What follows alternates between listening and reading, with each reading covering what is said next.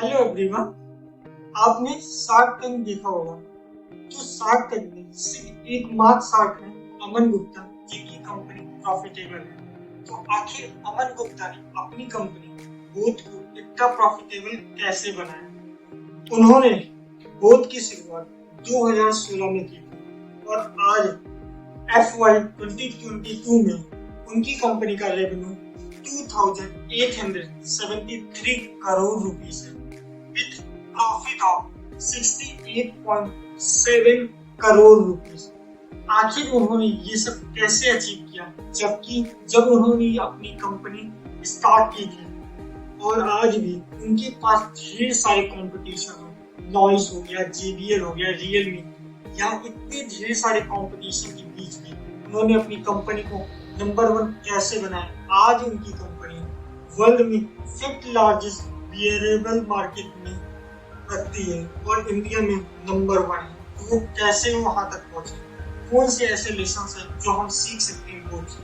तो आज के वीडियो में हम लोग यही देखेंगे। बेसिकली अमन गुप्ता ने अपनी कंपनी बोथ में 2 बहुत इंपॉर्टेंट काम किए हैं, जिसमें से पहला काम है मार्केट में अपनी प्रोडक्ट की पोजीशनिंग बहुत ही सही तरीके से किए हैं।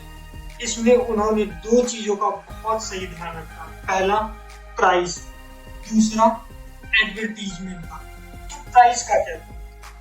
सोचिए 2016 में उन्होंने बोथ को लॉन्च किया था। ये वही टाइम था जब जियो लॉन्च हुआ था। तो जैसे ही जियो लॉन्च हुआ तो क्या हुआ, उससे पहले हम ज्यादा डेटा नहीं कंज्यूम करते थे, हम ज्यादा कंटेंट नहीं कंज्यूम करते थे। क्यों? क्योंकि इंटरनेट के प्राइसेस बहुत महंगे थे। लेकिन जैसे ही जियो लॉन्च हुआ, इंटरनेट के प्राइसेस सस्ते होने लगे, जिसके कारण लोग बहुत ज्यादा डेटा इस्तेमाल करने लगे, जो बहुत ज्यादा कंटेंट कंज्यूम करने लगे और उन्हें जरूरत थी एक अच्छे ईयरफोन की।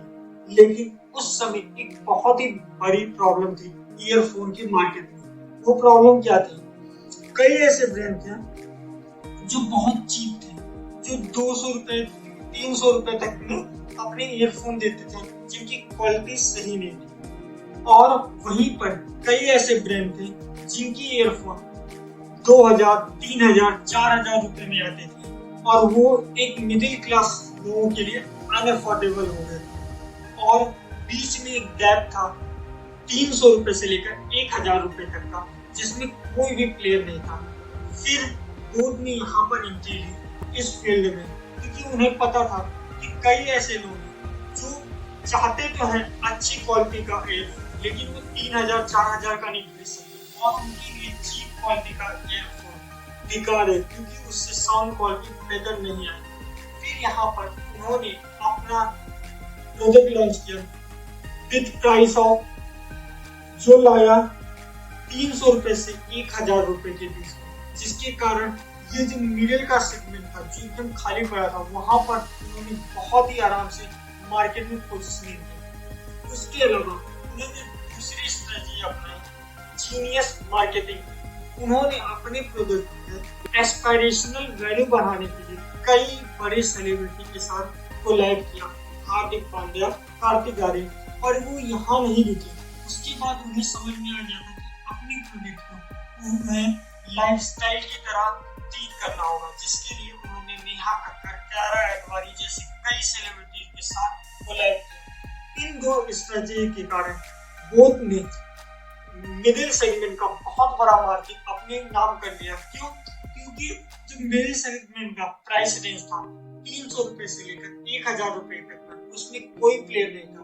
दूसरा, जब भी आप किसी सेलिब्रिटी के साथ एंडोर्स करते हैं, एक फायदा ये होता है कि उसके कारण आपकी प्रोडक्ट की पोजीशनिंग बहुत सही हो जाती है। आप ऐसा सोचिए, अगर आप मार्केट में ईयरफोन लेने गए हैं और 500 रुपए में आपको 2 ईयरफोन मिल रहे हैं 2 कंपनीज के, एक ऐसी कंपनी जिसका नाम आपने नहीं सुना, एक ऐसी कंपनी जिसका एंडोर्समेंट हार्दिक पांड्या और कार्तिक आर्यन जैसे लोग करते हैं, तो आपके मन में कहीं ना कहीं उस प्रोडक्ट को लेने की चाहत होगी जिस प्रोडक्ट को हार्दिक पांड्या या कार्तिक आर्यन जैसे लोग इंडोर्स करते हैं, जिसके कारण बोथ की सेल अचानक बढ़ने लगी।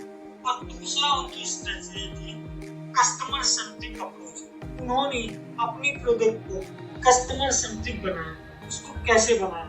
उन्होंने समझ लिया था कि जो मेरा कस्टमर सेगमेंट है वो जेनजी और मिलेनियल्स है। जेनजी और मिलेनियल्स ऐसे प्रोडक्ट नहीं पसंद करते जिनकी क्वालिटी चीप हो और आराम से खराब हो जाए। वो चाहते हैं कि उनका प्रोडक्ट सही हो, इसीलिए उन्होंने अपने प्रोडक्ट को लाइफस्टाइल प्रोडक्ट की तरह पोर्ट्रेट किया। और इसके लिए उन्होंने क्या किया कि इंडियन मार्केट को बहुत ही अच्छे तरीके से समझा और कस्टमर के नीड के हिसाब से प्रोडक्ट बनाना शुरू कर दिया। जैसे कि अगर आप इस प्राइस रेंज पे देखिए, जिस प्राइस रेंज पे बोट आता है, तो कई ईयरफोन अगर उससे सस्ते में या उस प्राइस रेंज के पास कोई लोकल ईयरफोन था तो उनके ईयरबड जो होते थे वो प्लास्टिक के होते थे। लेकिन यहाँ पर बोट ने लेकर आया मेटल ईयरबड के साथ। इसके कारण क्या हुआ, ये प्रोडक्ट वाटर रेजिस्टेंट हुए और इंडिया के एनवायरनमेंट के हिसाब से सूटेबल हुए। उसके अलावा उन्होंने जो चार्जर की केबल्स होती वो जल्दी ना खराब हो जाए, इसलिए उन्होंने मेश और फिशनेट का यूज किया, जिसके कारण चार्जर ड्यूरेबल हो गए और ज्यादा समय तक टिक सकते। तीसरा उन्होंने स्ट्रेटजी अपनाई कि जो ये प्राइस सेगमेंट होता था जहाँ सस्ते ईयरफोन मिलते थे, वहां पर कोई भी कंपनी वारंटी देने से डरती थी, लेकिन यहाँ पर बोट ने वारंटी के साथ आया, 1 ईयर वारंटी के साथ लेकर आया। इन कारणों के कारण क्या हुआ कि कस्टमर को प्रोडक्ट अच्छा मिल रहा है, प्राइस सही मिल रही है, उसके अलावा वारंटी मिल रही है, जिसके कारण लोग इनके प्रोडक्ट लेने लगे। और उन्होंने अपने प्रोडक्ट का चैनल भी बहुत ही अच्छे तरीके से बनाया। आप ऐसे समझिए, अगर आज आपको कोई कंपनी का सामान मिलेगा तो आप यूजुअली उस सामान को तभी लेंगे जब आपको उस पर ट्रस्ट हो। और ट्रस्ट बिल्ड करने के लिए उन्होंने क्या किया, अपने प्रोडक्ट का चैनल बनाया अमेजॉन और फ्लिपकार्ट जैसी कंपनीज के साथ टाई अप करके। इससे क्या हुआ, अगर आप कोई कंपनी का सामान किसी की वेबसाइट से ले रहे हैं जिस कंपनी को आपने ज्यादा नहीं सुना, तो क्या हुआ, आप शायद एक बार सोचेंगे लेने से पहले। लेकिन अमेजॉन फ्लिपकार्ट पे आप जाके रिव्यूज पढ़ सकते हैं। अमेजॉन और फ्लिपकार्ट पे आपको ट्रस्ट है, इसीलिए उनका मेजॉरिटी ऑफ सेल इन्हीं की तरफ से आता है, यानी कि उनका मेजॉरिटी ऑफ सेल आता है अमेजॉन और फ्लिपकार्ट से, क्योंकि उन्हें पता है कि ये ऐसे प्लेटफॉर्म है जहाँ से आप आसानी से आ सकते हैं, लोग इन पे ट्रस्ट करेंगे, यहाँ से रिव्यूज पढ़ सकते हैं, चीजें ले सकते हैं। तो ये दो अप्रोच थी जिन्होंने बोट को बहुत ही उम्दा लेवल पे लेकर गए। पहला, मार्केट में पोजीशनिंग उन्होंने बहुत सही तरीके से की, प्राइस और एडवर्टीजमेंट के थ्रू। दूसरा, उन्होंने अपने प्रोडक्ट को कस्टमर सेंट्रिक बनाया, कस्टमर के हिसाब से चीजों को बदलते गए और सही करते गए, और इस कारण ये बोट इतना प्रॉफिटेबल बनता चला गया।